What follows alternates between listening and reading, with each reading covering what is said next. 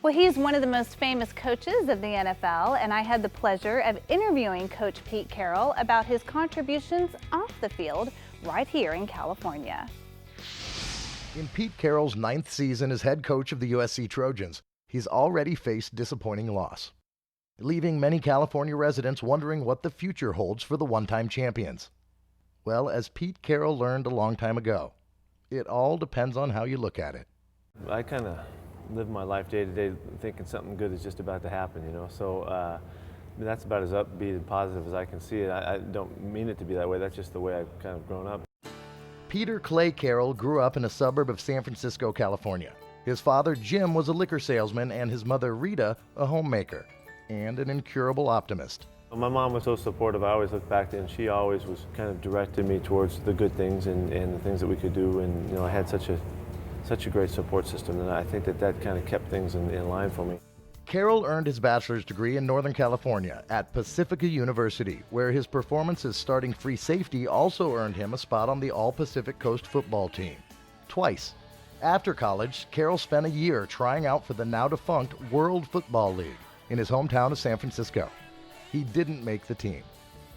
Carroll realized that his athleticism would not be his ticket to success and decided to return to Pacifica University as an assistant coach while earning his master's degree in physical education. Then, in 1977, a 26-year-old Pete Carroll took on a defensive coaching job at the University of Arkansas under legendary head coach Lou Holtz. A year later, he headed to Iowa State to work with another coaching great, Earl Bruce, who Carroll followed to Ohio State the following year. After nearly 20 years in various assistant coaching positions, including stints in the NFL with Buffalo, Minnesota, and New York, in 1994, Carroll finally received his first NFL head coaching position for the New York Jets, an opportunity that proved disappointing. He was fired after only one season. The occurrences have never knocked me down, and they've never kept me down, and I think that's all goes way back to the home.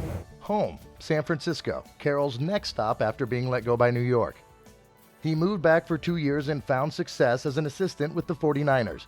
Carroll then spent 2 years as head coach in New England, where he still holds the franchise's second-best winning percentage. His next move would be life-changing.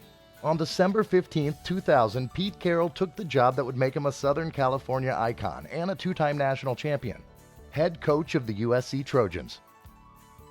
He'd found a way to channel his high energy and optimistic approach, creating an atmosphere for his players that would inspire success. Carroll describes the process. An empowerment process that really is trying to build people up to become the best that they can. So all of that just doesn't have any room for negativity. It doesn't have any room for going, looking at the dark side of things. And so that's just kind of the environment and the culture that we've created here, and it's served us very well. In 2001, Carroll found a way to bring his team's environment of hope to the streets of South Central Los Angeles with a program called A Better LA.